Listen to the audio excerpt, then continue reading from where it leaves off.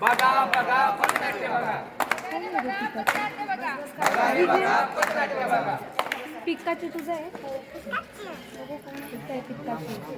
पथनाट्याचं नाव अहंकाराचा धडा. पथनाट्याचं नाव अहंकाराचा धडा.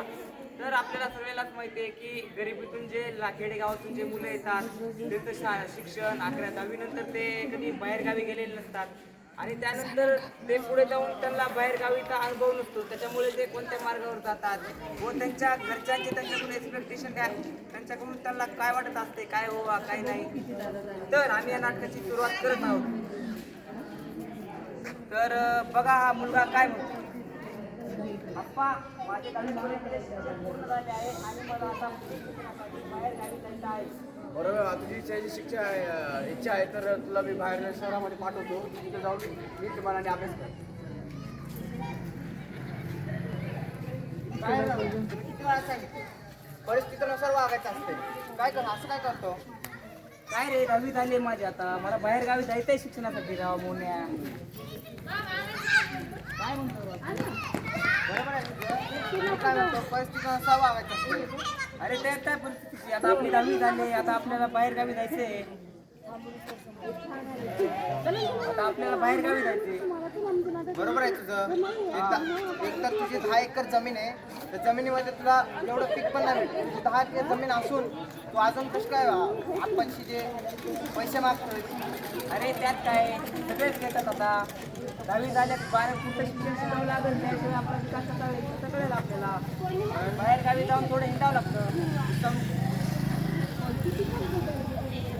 नंतर पुढे आता तो मुलगा 10वीच्या शिक्षणानंतर त्याचे वडील त्याला बाहेर गावी शिकायला टाकतात आणि शिकायला टाकल्यानंतर त्याला मोबाईल घेऊन देतात, सगळे घेऊन देतात. मग तो आता मुलगा बाहेर गावी शिकायला जातो. नंतर त्यानंतर त्याचे वडील. हॅलो बाळा, कसं आहे तू? छान आहे अप्पा. कसे अभ्यास कसा चालू आहे तुझं? शिक्षण छान आहे अप्पा, एकदम मस्त आहे. अप्पा, तुम्हाला माहित नाही का, तुम्ही प्रत्येक वेळेस मला विचारता अभ्यास करतोय का नाही, काय नाही. तुम्हाला माहित नाही का मला 10वी मध्ये 90% पडलेत, तरी तुम्ही म्हणताय मला. अरे बाळा, बरोबर आहे, आम्हाला लक्ष ठेवा लागला. लक्ष ठेवावं लागते. पण अप्पा तुम्हाला माहिती आहे ना मला 10वी मध्ये 90% पडले होते, तरी पण तुम्ही असं म्हणता. राव तुम्ही पोरात बी तसंच म्हणता. ठीक आहे, लक्ष ठेव. हा चालेल. त्या मुलाला थोडा अहंकार असतो. त्या मुलाला थोडा अहंकार असतो आणि त्या अहंकारामुळे तो त्याच्या वडिलाला पण कधी नीट बोलत नव्हता. आता वडील म्हणायचे आपण ज्याच्यासाठी करताव तो पण आपल्याला नीट काय बोलत नाहीये, मग आपण करताव तरी कुणासाठी? कारण प्रत्येकाचे वडील एक्सप्रेस नसतात करत, नाहीत करत. आपले जे इमोशन्स असते ते दाखवत नाहीयेत कुणासमोर. त्यानंतर आता मुलगा क्लासमध्ये जातो, सगळ्यांसोबत 11वीला त्याला चांगले मार्क पडतात. शिक्षकांचा तो आदर करतो. अगोदर 11वी मध्ये त्याला चांगले टेस्टमध्ये, सिरीजमध्ये, परीक्षेमध्ये चांगले मार्क पडतात. स्टार्टिंग अगोदर नंतर तो 12वीला जातो. मग त्याला बाहेरच्या मुलांचा, अहंकारी मुलं, नशेडी मुलं, दारू पिणारे मुलं त्यांचा नाद लागतो. त्यानंतर मग त्यांचा नाद लागल्यास तो बी मग त्याला बी वाटतं की आपल्याला आता अजून पैसे लागतात, आपण पण आता घरून पैसे मागा पाहिजे. तर नंतर मुलगा त्याच्या वडिलाला कॉल करतो. नंतर मुलगा, हॅलो अप्पा, आता इकडले खूप जरा मिरचे त्याचे जेवणाचे भाव वाढलेले आहेत आणि मला आता अजून पैसे लागतील, त्याच्यामुळे तुम्ही मला पैसे पाठवा. बाळातला पैसे पाठवून अजून 4च दिवस झाले तरी परत पैशाची गरज लागली तुला. काय रे अप्पा, सारखं तुम्ही तन करता राव पैशासाठी. पाठवत जावा ना पैसे, मी तुम्हाला खोटं बोलणार आहे का? बरं बाळा, बघतो मी 1-2 दिवसात करतो. तोवर आहे तेवढे पैसे भागवतो, मी पाठवतो तुला पैसे. हा ठीक आहे, चालेल. यानंतर असा तो मुलगा आपल्या वडिलाला बोलतो व त्याचे वडील नंतर पाटलीन बाईकडे जातात.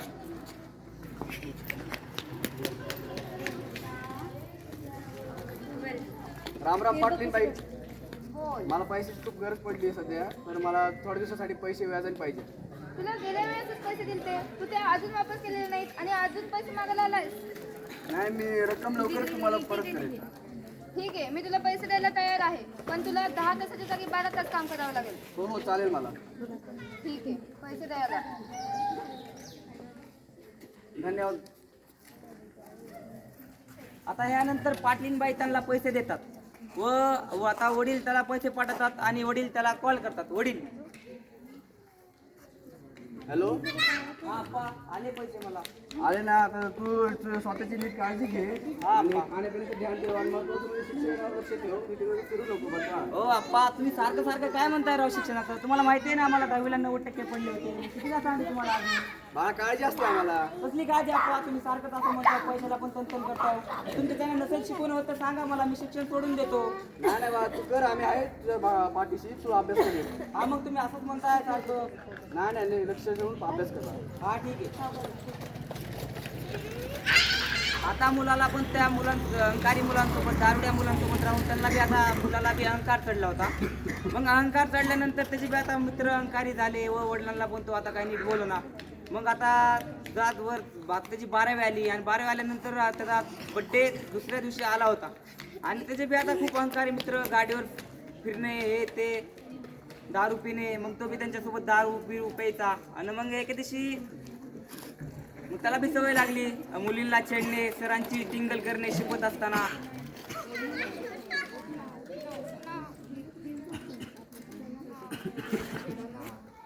कसली भारी मुलगी. हे ऐक ना, हे ए तो नाव सांग ना. नाव सांग ना, ऐक ना, ऐक ना मुली. ऐक ना. अगं ऐक पळू नको. अरे ऐक तर, अरे जाऊ दे, काय छपरीला आपण सोडून देऊ, जाऊ दे चल. नको आपण. आता त्याला नाद तर लागला होता मुलांसोबत राहायचा, छपरी मुलांसोबत, दारू पिणाऱ्या मुलांसोबत. आणि त्यानंतर आता एके दिवशी कॉलेज चालू होतं, आपलं क्लास चालू होता, ते शिकवत होते. मग त्यानंतर त्यांचे रिॲक्शन, तर आज आपण शिकणार आहोत इकॉनॉमिक्स विषयी. ए मार मार मार, पलीकडे पलीकडे पलीकडे, आमोदे आमोदे आमोदे. हो सर, तुमचं पुढे शिपायचं काम करा ना, तुम्हाला पगार मिळतो ना तेवढं बघा ना. बाकीच्या कशाला लक्ष देताय तुम्ही? शांत बसा.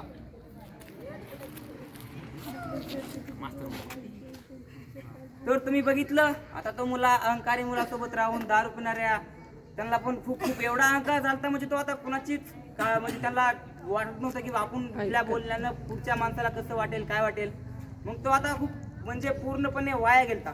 मग आता वाया गेल्यानंतर आता पुढे पण त्याचा बड्डे आलता आणि त्याचा बड्डे आलता आणि मग नंतर त्याला त्याच्या मित्राचा कॉल येतो. हॅलो. हा बोल ना. अरे रम्या बड्डे आले राव. पार्टी बिट्टी आहे का नाही? अरे देतो ना, काय राव तू पण अरे तू आपला पार्टी जीव देतो आहे ना. राव, तू आपली डार्लिंग आहे, देतो ना तुला मी पार्टी. काय म्हणतोय तू पण? संध्याकाळचा बंदोबस्त पाहिजे जाऊ. अरे काय करू दारू त्याला बिरू सगळं संध्याकाळी पाहिजे. बंदोबस्त करू, टेन्शन घेऊ नको. काय तू दारू म्हणतो का? दारू गांजा सिगरेट सगळे घेऊ आपण, टेन्शन अरे घेऊ नको. सगळं पाहिजे. तू देशील माहिती आहे मला. अरे मग कशाला विचारतो तुला? चल भेटू काय करू त्याला. आपण? मग आता मुलाला वाटते की आपण घरी कोणत्या कारणाने पैसे मागावं. मग विचार करतो आणि मग तो असा विचार करतो की तो मग त्याची तब्येत खराब आहे असं नाटक करतो आणि तो त्याच्या वडिलाला कॉल करतो. हॅलो आप्पा. हा बोल ना बाळा. आप्पा माझी तब्येत खूप खूप खराब आहे आणि आज मला थोडे पैशाची गरज होती. नाही तर मी माझी एक्झाम आली आहे 10 दिवसावर ना, माझी स्टडी होणार नाही आप्पा. काय झालं तब्येत कशी काय करायला आता तुझी? काय माहित नाही आप्पा, आपण झाली आहे खराब. मला पैशाची गरज आहे, दवाखान्यात जायचं आहे आणि पेपर आले जवळ. तुला आधी दिलेले पैसे नाहीत का तुझ्याकडे आता? नाहीत आप्पा राव, तुम्ही सारखंच पैशाला तंतन करताय. तुम्हाला म्हणलं ना मगाशी. बरं बाळा बघतो मी एक रात्रभरात बघतो काहीतरी सोय करतो ते पैशाची. हा ठीक आहे, करा करा. पुढे मग त्याचे वडील पाटलीनबाईकडे जातात. तर नंतर वडील आणि पाटलीनबाई.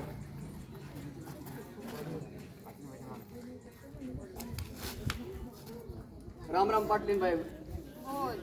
आता बोलाशी वाटत नाही पण तरी मला परत पैशाची खूप गरज पडली आहे. अरे तुला किती पैशाची गरज पडते? तू गेल्या वेळेसही पैसे दिलेले नाहीत, त्याच्यानंतरही तुला पैसे दिले तेही दिले नाहीत आणि आता परत मागतोय. बरोबर आहे मालकीन, पण आता काय करू, मला खूप पैशाची गरज आहे. मला परत पैसे द्या, तुमचे सगळे पैसे मी परत फेड करेल. कधी फेडणार? करेल खूप येणाऱ्या काही दिवसात मी फेड करून टाकेल. ठीक आहे, याला पैसे द्या. आता नंतर पाटलीनबाई त्याच्या वडिलाला पैसे देतात आणि मग त्याचे वडील आता त्याला परत एकदा कॉल करतात. हॅलो. हा बोला आप्पा. अरे बाळा पैसे पाठवले आले बघितले हा का? आले आप्पा, नका तुम्ही टेन्शन घेऊ. आता तू तुझ्या तब्येतीची सगळ्यात पहिले काळजी घे. अभ्यास होईल परत, पण तू स्वतःची काळजी घे आणि नीट राहा. हा आप्पा चालेल चालेल. आणि औषध गोळ्या टाइमवर घे बरं का बाळा. हा आप्पा चला चला, माझे पेपर येते ठेवतो मी, मला नाही जास्त आता अभ्यास बोलायचं. कर, अभ्यास करा. हा आप्पा आप्पा ठेवा. आता नंतर मुलगा बोलतो, सगळं होतो आणि नंतर मग त्याचा मित्र त्यासोबत, ते मित्र आणि ते येतात. काय राव? कसला बंदोबस्त ठेवलाय? अरे आले पैसे, टेन्शन घेऊ नको. चला, आणायला माझ्याकडे जाऊ. पैसा आहे. चला नाही जाऊ, अरे बंदोबस्त चला, झालाय. काय दारू काय घ्यायचं तुला बोलतो आता. वाटल्या घ्यायच्या चांगल्या मोठ्या मोठ्या. हा चल घेऊ. चल.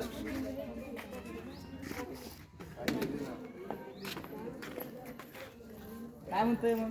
अरे किंचित घेतली काळजी हीच कळते मला. एक नंबर. अरे, चल चल, बसू. एक नंबर. चल बसू.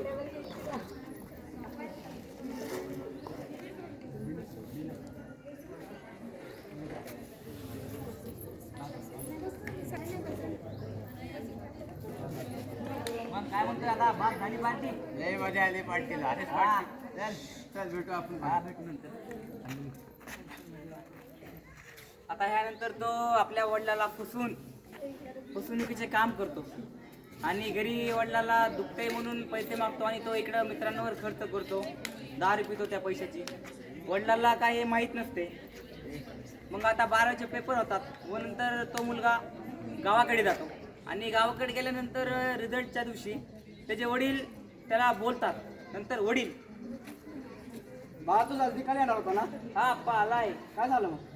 आप्पा जेवढे पाहिजे तेवढे नाहीत पडले.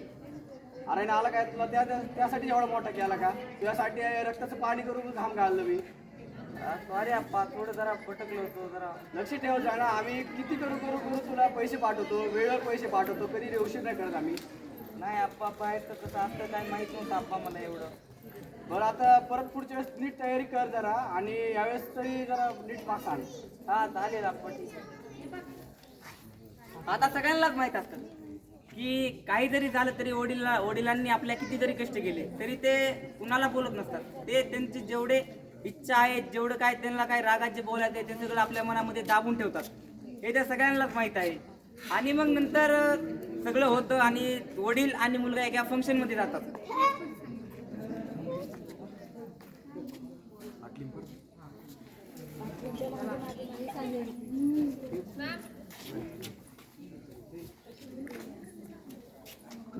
काय म्हणे? काय रे, कुठे होतास एवढं 2-3 दिवस? आम्हाला पण नाही आला तू. अरे नाही, बाबा, आजारी होतो. पैसे घेतले तर वापस नाही. नाही करा ना, आता थोड्या दिवसात करेल मी पैसे वापस. आम्ही गोळा करत होतो. इथे 2-3 दिवस झालं बुट्ट्या मारतोय, येत तर नाहीये. नाही मॅम, आजारी होतो, बाकी काय नाही. काय आजारी होतो? करा मॅम, थोड्या दिवसात पैसे वापस. गाड्यासाठी कामं करतो, नुसतं टिंगल टावळ्या करायला येतात का? नाही मॅम, असं नका बोलू. खरं तुम्हाला एक महिन्याभरात तुम्हाला खरं पैसे मागायचे. तुला इज्जत नाही, काही नाही. माफ करा मॅम, तुम्हाला महिन्याभरात माघारी करू शकतो.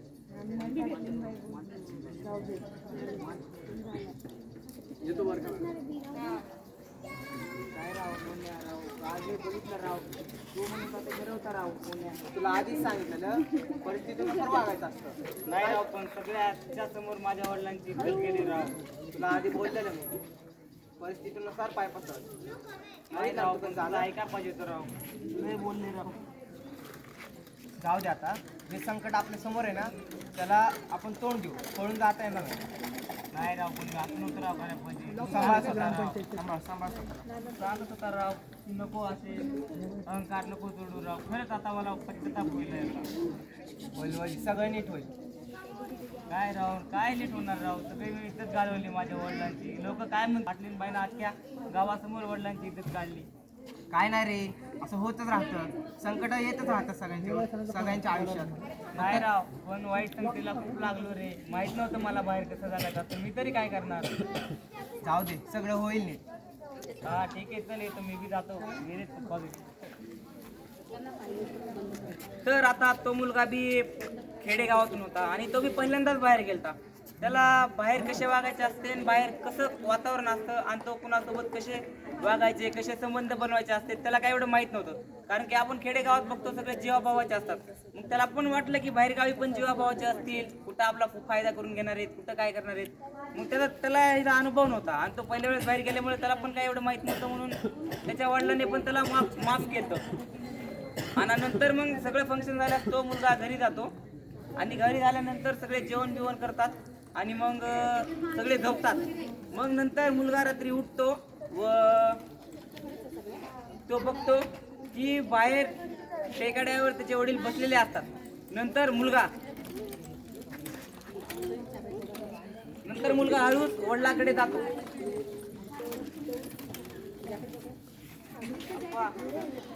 मला नव्हतं माहित आप्पा बाहेरगावी कसं वागायचं असते, अरे नव्हती माहित आप्पा. काय झालं ते आता काय परत भागायला घेतलं काय करायचं. आप्पा मी पहिल्याच वेळेस गेलो खेडेगावातून बाहेर, मला तरी कसं कळणार राव.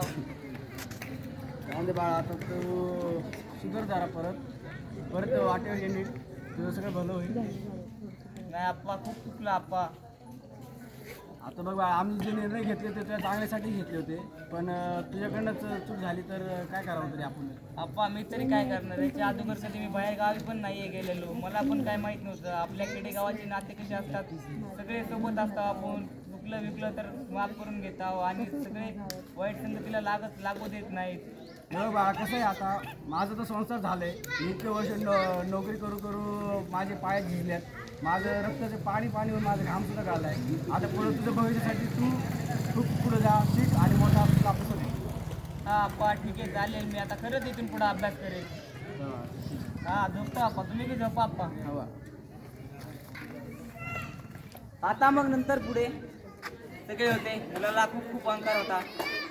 तर तात्पर्य एवढंच आहे की आपण आपल्या परिस्थितीनुसार वागावे. आता बरेच खेडेगावातून जवळपास 30 ते 50% येतात, जसे की माझ्यासारखे व अजून काही असतील खेडेगावातून आलेले, सगळे असतील खेडेगावातून आलेले. मग त्यांना माहीत नसतं, कारण की ते पहिल्याच वेळेस बाहेरगावी पडलेले असतात शिक्षणासाठी आणि त्यांना बाहेर गावाची जाण नसते. आणि खेडेगावात कशा असते की सगळे आपुलकीची माणसे असतात, कुठं काय चुकलं तर ते सांगतात, आपल्याला जाऊन कानाखाली मारतात. पण बाहेरगावी तसं नसतंय, ते उलट आपली मज्जा घेतात. त्याच्यामुळं आपण कधी बी काही बी करताना आपल्या परिस्थितीकडे जाण ठेवावी. आपले वडील आपल्यासाठी काय करतात आणि ते आपल्यासाठी किती झिजतात हे कधी बी लक्षात ठेवावे. धन्यवाद.